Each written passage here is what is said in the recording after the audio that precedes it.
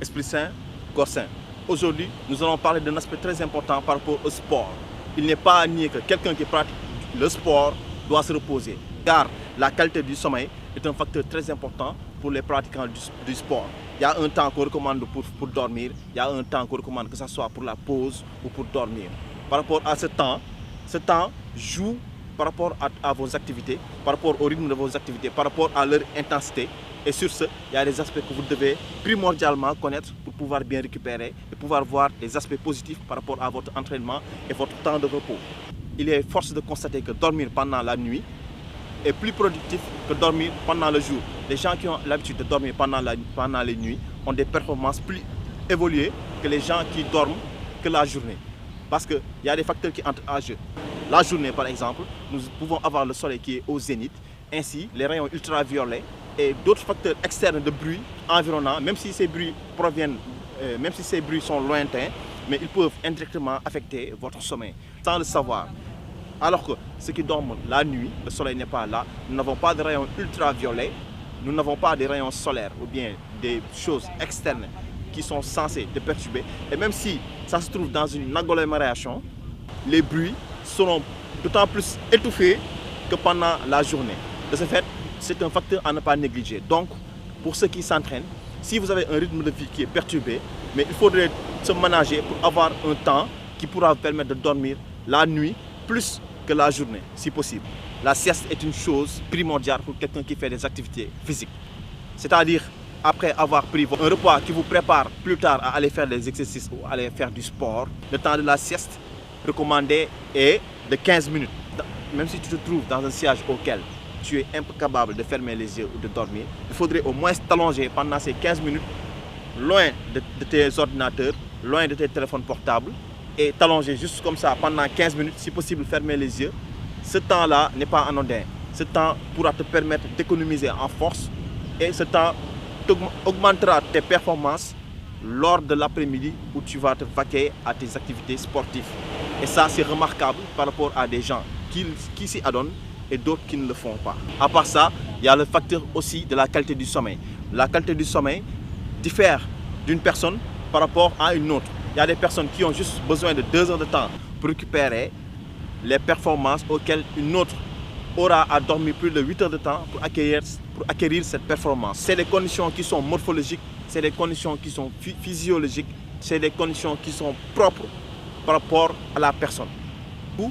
Là, on ne va pas se baser plutôt sur le temps réglementaire qu'on conseille pour dormir, que ce soit entre 8 et 9 heures de temps, mais vous devez connaître votre corps, vous devez connaître vos aptitudes. Chacun connaît le timing auquel il est apte à récupérer après avoir dormi. Et ça, c'est des choses que vous sentez vous-même lorsque vous dormez. Donc, dormir, dans un autre aspect aussi, est quelque chose qui est personnel, morphologiquement, physiologiquement. Le temps recommandé pour dormir est de 8 heures de temps, ce qui est répandu. Mais par contre, nous pouvons voir des personnes qui, après avoir seulement dormi 4 heures de temps ou bien 5 heures de temps, récupèrent l'équivalence des personnes qui ont dormi 8 heures de temps. En matière de sommeil alors, il faudrait privilégier plutôt la qualité de la profondeur du sommeil. Je m'explique.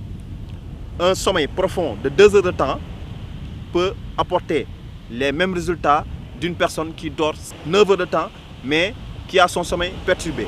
C'est-à-dire que les personnes qui ont des sommeils perturbés,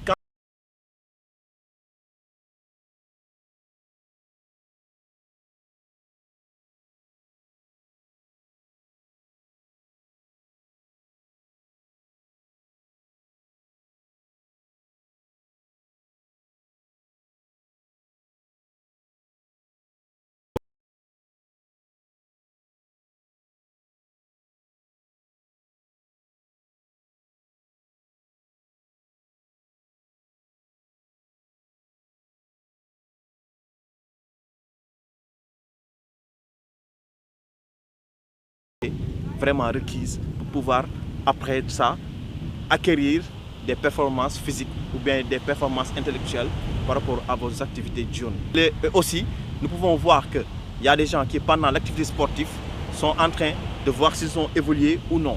Mais l'évolution ne se calcule pas dans ces temps-là. Pour savoir si vos activités ou bien si votre entraînement a été productif, il faudrait qu'après, retourner chez vous, avoir mangé et vous reposer, car les muscles se développent au repos. Ce n'est pas au moment de l'exercice que vous allez gagner en muscle, que vous allez gagner en performance, mais c'est bien après. De ce fait, les personnes qui ont tendance à s'entraîner plus et à se reposer moins ne voient pas de résultats. Alors que les personnes qui se reposent autant qu'ils s'entraînent, au même rythme de leur entraînement, ou bien les personnes qui se reposent plus que leurs entraînements, ont tendance à avoir des performances et des résultats positifs.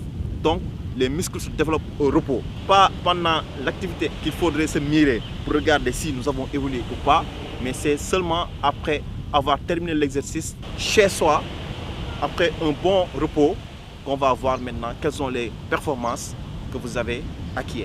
Mais ce n'est pas à temps réel. Cependant, ceci s'accompagne de la perspective de l'alimentation. Quand bien même vous aurez bien fait vos exercices, bien dormi, mais l'alimentation aussi est un facteur qui va venir compléter le tout. Donc, dans une prochaine vidéo, nous allons vous parler de l'alimentation du sportif, de l'alimentation qui va vous permettre d'avoir un esprit sain dans un corps sain. N'oubliez pas de vous abonner afin de ne rater aucune de nos vidéos pour pouvoir connaître les suites. Peace.